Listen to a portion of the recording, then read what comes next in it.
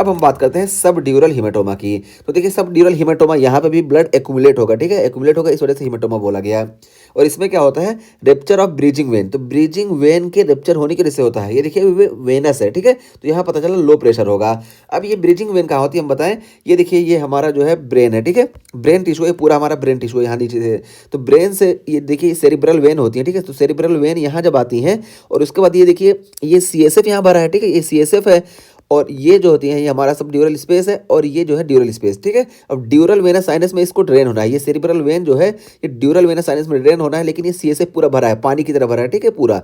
तो अब इसको क्रॉस करती है ये CSF वाला जो एरिया है, सब अरेक्नॉइड स्पेस और सब ड्यूरल स्पेस, इसको क्रॉस करती है। तो जब इसको क्रॉस करती है ना, तो यहाँ तक अभी तक इसको हम सेरिब्रल वेन बोलते थे, लेकिन अब जब ये एक समुद्र की तरह आ गया ना, पानी है, तो इसको ये जब क्रॉस करती है तो इसको हम बोलते हैं ब्रीजिंग वेन, ठीक है। तो ब्रीजिंग वेन आके ड्यूरल वेनस साइनस में ड्रेन होती है।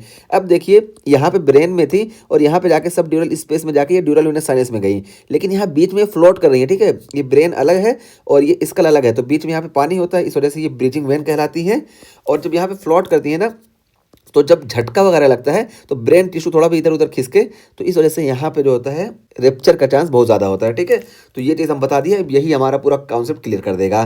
तो देखिए क्या होता है, रेप्चर ऑफ ब्रीजिंग वेन। तो ब्रीजिंग वेन यहाँ पे रेप्चर हो जाती है, ठीक है। तो ये वेन जो यहाँ से सेरिब्रल वेन को ड्यूरल वेनस साइनस में ले जा रही थी, यहाँ पे ब्रीजिंग वेन देखिए हम बताया प्रेजेंट होती है, ये रेप्चर हो जाएगी। तो ब्रीजिंग वेन जब रेप्चर होगी तो क्या होगा कि, तो ब्रीजिंग वेन जब रेप्चर हो जाएगी उसके बाद देखिए क्या है, यहाँ पे कॉज बताया गया कि कैन बी एक्यूट। तो ये ब्रीजिंग वेन क्यों रेप्चर होगी हम बता दिए कि ये एक्यूट होगा, जैसे traumatic high energy impact hyper dense on CT। तो देखिए ये जब कैसे रेप्चर होती है, तो ट्रामा हुआ तो बहुत तेज ब्रेन का टिश्यू इधर आएगा, ये चूंकि पानी है तो यहाँ पे ये ट्रामेटिक इंजरी में देखने को मिलता है, हाई इंपैक्ट एनर्जी से। यहाँ पे देखिए बताया गया कैन बी एक्यूट ट्रामेटिक या हाई एनर्जी इंपैक्ट। अब इसके CT फाइंडिंग की बात की जाए तो हाइपर डेंस ऑन CT, तो CT पे जब देखेंगे तो हाइपर डेंस हमको देखने को मिलेगा। और हाइपर डेंस इसीलिए देखने को मिलेगा, यहाँ पे देखिए, ये देखिए अब यहाँ पे ब्लड एक्यूमुलेट होने लगा। अब जब ब्लड एक्यूमुलेट होने लगा इस स्पेस में, ये देखिए ये हमारा है सब ड्यूरल स्पेस, ठीक है, यहीं पे ब्रीजिंग वेन प्रेजेंट होती है। अब जब इसमें ब्लड एक्यूमुलेट होने लगा तो ब्लड क्लॉट का फॉर्मेशन हुआ, इस वजह से ये हाइपरडेंस हो गया। तो जब CT पे हम देखेंगे हाइपरडेंस, तो देखिए कम एक्सरे इसको क्रॉस करेंगे, इस वजह से यहाँ पे देखिए ये व्हाइट अपीयरेंस होगा, ठीक है। तो हाइपरडेंस देखने को मिला, ये चीज़ हुई। और ये एक्यूट की हम बात कर रहे हैं, ठीक है।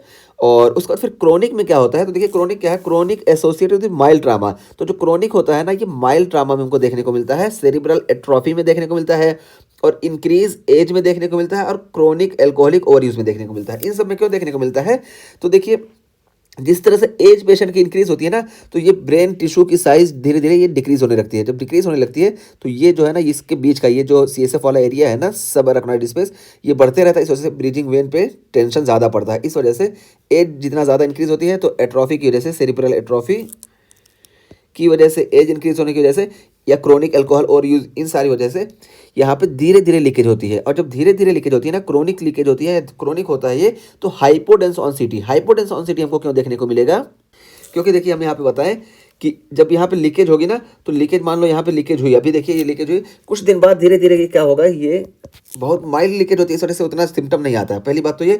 और जब लीकेज हुई धीरे धीरे, तो यहाँ पे ये जो हिमेटोमा का फॉर्मेशन हुआ ना, इसका फैगोसाइटोसिस होती है धीरे धीरे। जब फैगोसाइटोसिस होती है तो ये टिश्यू जो क्लॉट का फॉर्मेशन हुआ था, ये बिल्कुल यहाँ से खत्म हो जाते हैं। और जब ये टिश्यू यहाँ से खत्म हो जाते हैं तो यहाँ पे फ्लूइड भर जाता है। अब जब फ्लूइड भर जाएगा तो इस वजह से फ्लूइड जो है एक्सरे को रोकेगा नहीं, और जब एक्सरे को रोकेगा नहीं तो ये हमको हाइपोडेंस दिखाई देंगे, ठीक है, क्योंकि फ्लूइड जो है उसकी डेंसिटी कम होती है बोन से या क्लॉट से, तो हमको हाइपोडेंस देखने को मिलेगा। यही चीज़ यहाँ बताई गई कि क्रोनिक में हमको हाइपोडेंस ऑन CT देखने को मिलेगा। यहाँ पे देखिए, ये देखिए ये, ठीक है, ये देखिए हाइपोडेंस ऑन CT, ठीक है, हाइपोडेंस ऑन CT है, तभी तो एक्सरे आसानी से क्रॉस हो जा रही है। और यहाँ पे देखिए हमको ब्लैक अपीयरेंस देखने को मिल रहा है, क्योंकि ये हाइपोडेंस एरिया है, ठीक। तो ये चीज़ हो गई क्रोनिक और एक्यूट की। एक्यूट में हमको हाइपरडेंस देखने को मिलेगा और क्रोनिक में हाइपोडेंस देखने को मिलेगा, ठीक। और also seen in second babies. तो सेकंड बेबीज में हमको देखने को मिलता है, क्यों, क्योंकि जब बच्चे को हम खिलाते हैं तो उसको हम उछालते हैं, गिराते हैं, हर तरह से उसको हम ट्रेन करते हैं, और बहुत ज़्यादा झटका लगता है, तो उस वजह से ये ब्रिजिंग वेन जो होती है ये डैमेज हो जाती है, ठीक है, रेप्चर हो जाती है। तो इस वजह से हमको सेकंड बेबीज में भी देखने को मिलता है, ठीक। और उसके बाद फिर देखिए यहाँ पे CT फाइंडिंग की बात की गई, क्रिसेंट शेप्ड हिमोरेज। यहाँ पे देखिए क्रिसेंट शेप हिमोरेज हमको देखने को मिलेगा, ये देखिए क्रिसेंट शेप है, ठीक है। क्रिसेंट शेप देखने को मिलेगा क्योंकि यहाँ पे देखिए ये जो सब ड्यूरल स्पेस है, ये स्यूचर लाइन से बहुत अच्छे से एडहेयर नहीं होता है, तो इस वजह से यहाँ पे जो हिमेटोमा होगा ये स्यूचर लाइन को भी क्रॉस कर जाएगा, जबकि एपिड्यूरल हिमेटोमा ये स्यूचर लाइन को क्रॉस नहीं कर पा रहा था, क्योंकि यहाँ पे एडहेरेंस बहुत अच्छे से था, ठीक। तो इसी वजह से यहाँ पे हमको क्रिसेंट शेप हेमरेज देखने को मिलेगा। और क्यों देखने को मिलेगा वही बताया, दैट क्रॉस फ्यूचर लाइन, तो फ्यूचर लाइन को ये क्रॉस कर जाएगा, तो देखिए यहाँ पे हमको क्रिसेंट शेप हेमरेज देखने को मिलेगा। शुरू में भी हम यही चीज़ बताए थे, ठीक है, देखिए क्रिसेंट शेप देखने को मिला। और उसके अलावा देखिए यहाँ पे क्या होगा कि can cause mid line shift, तो इसमें हमको मिड लाइन शिफ्ट देखने को मिलेगी, यानी ब्रेन टिश्यू का जो है देखिए मिड लाइन शिफ्ट देखने को मिली। देखिए ये देखिए लेटरल वेंट्रिकल्स देखिए थोड़ा इधर दब गई, ठीक है, तो मिड लाइन शिफ्ट इसमें हमको देखने को मिलता है, ठीक है। और उसके बाद फिर देखिए यहाँ पे क्या बताया गया, findings of acute on chronic haemorrhage blue arrow in D, ठीक है। तो यहाँ पे देखिए क्या बताया गया है कि पहले से एक पेशेंट को क्रोनिक हेमरेज है, ठीक है, क्रोनिक हेमरेज है, उसमें हमको एक्यूट अचानक फाइंड हो गया, तो देखिए कैसे हम डिफाइन करेंगे। तो यहाँ से यहाँ तक देखिए ये हाइपोडेंस है, और ये वाला देखिए ये हाइपरडेंस हो गया, ठीक है। हाइपरडेंस होने की वजह से ये हमको व्हाइट अपीयर हुआ, तो ये पता चला कि अब ये वाला जो था ये क्रोनिक था, लेकिन यहाँ पे देखिए ये एक्यूट हमको देखने को मिला, ठीक। तो यही चीज़ यहाँ पे बता दिया गया, ठीक।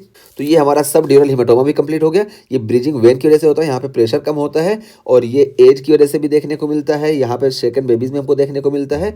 और इसमें हम सिटी की बात करें तो दो तरह के देखने को मिलते हैं। अगर एक्यूट है तो एक्यूट में हमको हाइपरडेंस देखने को मिलेगा, और क्रोनिक में हमको हाइपोडेंस देखने को मिलेगा, ठीक है। तो ये चीज़ बात की गई, और ये क्रॉस फ्यूचर लाइन को ये क्रॉस कर जाएगा।